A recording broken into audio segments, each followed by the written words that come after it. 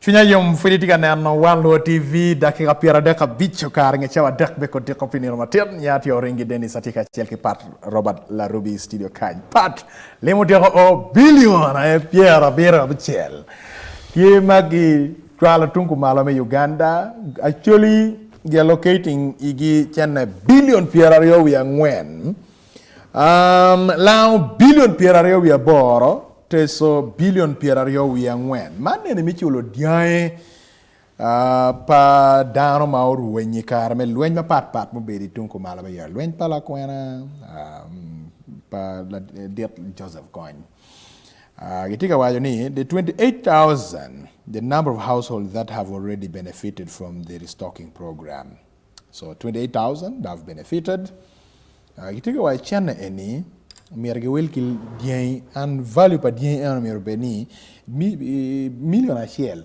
pa Dyang shell mano gitika welo ati 1 million. So Museveni wajani kagi tiu kichana en mabe magi welo Dyang million a shell nyura household a shell ka no Dyang rio mi o Dyang dek and you know ni households Dyang mo mer no wela kichana mer be Dyang maromo live me a child piera bichela bungwen. Roughly households piera household piera bichela bungwen umerge mini Dyang households ali piera bichela bungwen donc gar kitemo breakdown a kan district a chela tika location man household gi ki la pone amoro goya amoro tika household ali piera bichela rio mi a child piera beach nyura billionaire rio tonna bungwen gichwali district ma moro mechulo household ene Gulu tiki household piera household elif piera de kachel nyura billion a shell tonna ngwen merge chwal Gulu mechulo Dyang ene and pigi kameo Dyang ba kameo chande. Now look at the timing. Is it because of that campaign of no cow no vote, or this has been in the government plan? And where did they get this 76 billion from at this time? Maki wajo ni chana pe Uganda, jemi mapoltie, the priority pa Uganda peti nyo compensating, priority pa Uganda ti jemi part.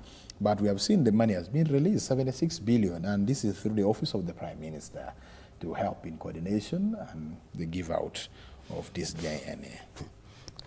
Well, orenge kijo matika neno Wanu TV pe rach ni channel bino rach merni channel bini kar marach mi achiel ubini duma pariyo cha mi nyom mi ariyo kona kelo channel kona kelo Dyang la tera mati dog ot ke nini ka gimono o waje deri an mun ko meka kon ke miao donc koni ke mio Dyang beach Dyang Gamente gena dana poti ye ngata par pier bene pe wai gini Gamente yo mio lim kui mi ario beri chalo chana PDM we po mo chere kui bi mo karo chan 2021 ene ke kelo ko de PDM kon beke bera poko million achele kene dano chama chene na weng pego duako pinga wajini ai ni chene kui ngarubu panyo yengo pe emioga beno bino e karmi kui ki chama weng chi enemo bino ko bedine obini karmi kui ki bicholo between now mi o enindo kirma kui cher kwerni chances are high luor na tiene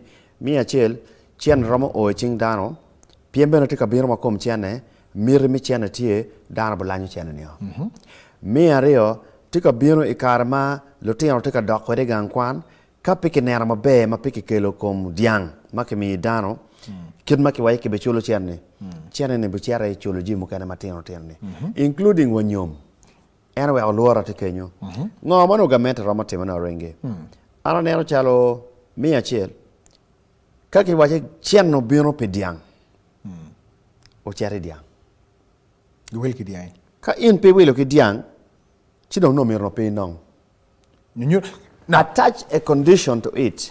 Why can't the government now do the procurement?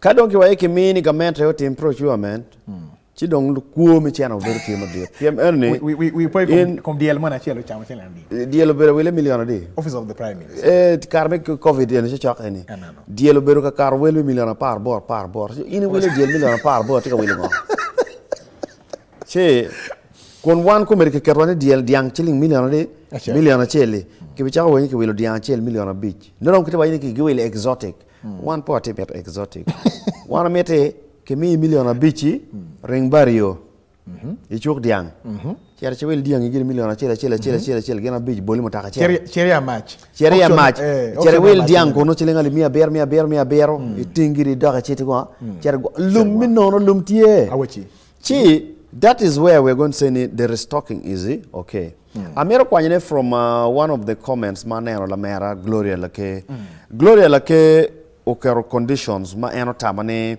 ka restocking tie onomiro kenen niki lobo and picking up from the conversation pa Gloria lake amete anen ngoma eno wajo mi achiel Gloria lake loke wajane the restocking is timely and the timing is bad the fact no wateka cherngo ikui donc tameti ni ngo tampa Gloria wajane ameta kwany kikono recommendations ma eno mio Gloria wajane mi achiel the restocking cattle must be in kind and not in cash. Not cash. Cash. Okel makom Dyang po miniwa lim. Mane lok pa Gloria lake. Lake omete wajini pay and attach strict conditions before the 15th of January and adhere to these strict guidelines. Strict conditions. Ni okat ki conditions matek. Conditions Chiene mo mini uni mi wilo Dyang pe mi nyum. Chiene mo mini uni mi wilo Dyang pe mi chero ka yik. Chiene mo mini uni mi wilo Dyang pe mi chero ka nyumumon mukene nyokelu things that are not within the line. But we have been seeing conditions also attached to some of these monies. PDM. Lake Gloria Grace mete kunwajane invest in behavior and post-conflict economic research and design interventions. Dano kumeri wigo bale kako neno chene wigi lake wow. Jalo kiri ngata pigo nong chimwacho rengi antima tima gwa madam America teri out itukwe but anyway design a post-conflict intervention mechanism let people learn mindset and behavior change ni chene kake no peke ket chene imat not mano chilling million of beach inge mwaka pa chako ko charo no billion mia chiel we wilo ni in nyo initika la robi mano mere mo chara chenjui kona no manak mechanism consistent angeni kiriko biro matiri futa betelonga abe gwak ko re fura be gwak ke ganga era in no million of beach ibi ri mo ka pa mo kene kala be nero e mete ine de nyot era yo ko that is also wrong don't get mamaro according to Lokpa Gloria Grace Laketi wajine protect land and regulate transaction in vulnerable communities. Protect land and regulate the vulnerable community protect land and regulate transaction in vulnerable communities. Ni kibitiyo kikara eni mi teach why anda no ngamodong mirachi will gena komana. All these are the kind of behavioral things malaketi ka wachineni. Unfortunately, it should have been the enemy watchwa. Such discussion would require such a guest. Maybe in a studio. Come in what time unfortunately she's in Culu. Okay. And we could connect with her. Yeah. But at time I picked this because I found her discussions very, very mature. Oringi lokangom, chatungom, timatek. Komberidana bono chiana eni jimo boteme bana duong. Jomo kera manera wachini ando antike million of big wa kada chat ngoma money ma food ani wera will ki motaka donc nya will ki money. Dyang the cows are going to be restocked. The land mo mera wati ke no gimi ki balalo. No Dyang wana waka gwa ko kwana. Ena bayana la pen machiara bola kebe kumano. No, la keo go chiwo machian. La keo waje machiak ne minimize transaction right now. Tika poyo widano ne ko tika wilo Dyang. O tika chatu ngomo yedano. Obo